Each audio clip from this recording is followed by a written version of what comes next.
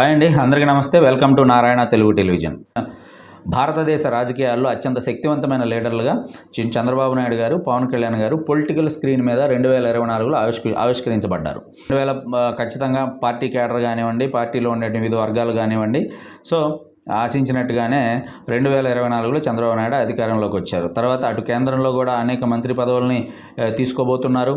అదేవిధంగా రాష్ట్రంలో అత్యంత బలమైన పార్టీగా దాదాపు రాష్ట్రం మొత్తం Telugu Desam party, Janasena clean sweep చేశాయి. అత్యంత శక్తివంతమైన గవర్నమెంట్ అనేది ఆంధ్రప్రదేశ్లో నెలకొని ఉంది. సో రాజకీయంగా కానీ లేదా పరిపాలనా పరంగా కానీ పూర్తి స్వేచ్ఛ అనేది చంద్రబాబు నాయుడు గారి చేతుల్లో ఉంది. సో రాబోయే రోజుల్లో రాజకీయ వాతావరణం ఎలా మారబోతుంది, పరిపాలన ఏ విధంగా జరగబోతుంది అనేది పొలిటికల్ స్క్రీన్ మీదే మనం చూడాల్సిన అవసరం ఉంది.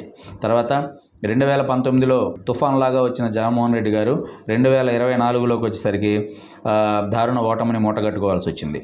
2000 పార్టీ ప్రారంభించినప్పుడు ఎలాంటి యుద్ధం అయితే చేసి అధికారంలోకి వచ్చారో జగన్మోహన్ రెడ్డి గారు, మళ్ళీ కూడా పార్టీ మొదలుపెట్టినప్పుడు కేంద్ర రాష్ట్ర ప్రభుత్వాల మీద ఎలాంటి యుద్ధం అయితే చేశారో ఆ రోజు ఆయనకున్న అదే పరిస్థితులు మళ్ళీ 2024లో అలాంటి పరిస్థితులే మళ్ళీ జగన్మోహన్ రెడ్డి గారు ఫేస్ చేయాల్సిన పరిస్థితి, మళ్ళీ 5 సంవత్సరాల సుదీర్ఘ యుద్ధానికి సిద్ధం అవ్వాల్సిన పరిస్థితి.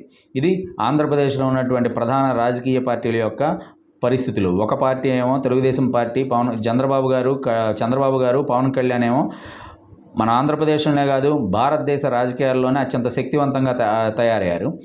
జగన్మోహన్ రెడ్డి గారేమో రక్షణ కవచం లేని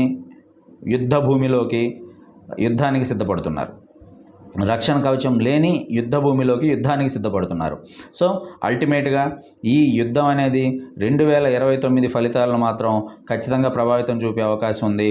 ఈ 5 సంవత్సరాల పొలిటికల్ స్క్రీన్ మీద పొలిటికల్ డ్రామా అనేది 2029 ఎలక్షన్స్ మీద ఖచ్చితంగా ప్రభావితం చూపే అవకాశం ఉంది. సో ప్రస్తుతానికైతే జగన్మోహన్ రెడ్డి గారి కష్టాలు, చంద్రబాబు, పవన్ కళ్యాణ్ గారికి మాత్రం ఆయుధాలు. సో ఇవన్నీ ఈ రెండింటి మధ్య ఆంధ్రప్రదేశ్ పొలిటికల్ సినిమా అత్యంత రసవత్తరంగా మారబోతుంది.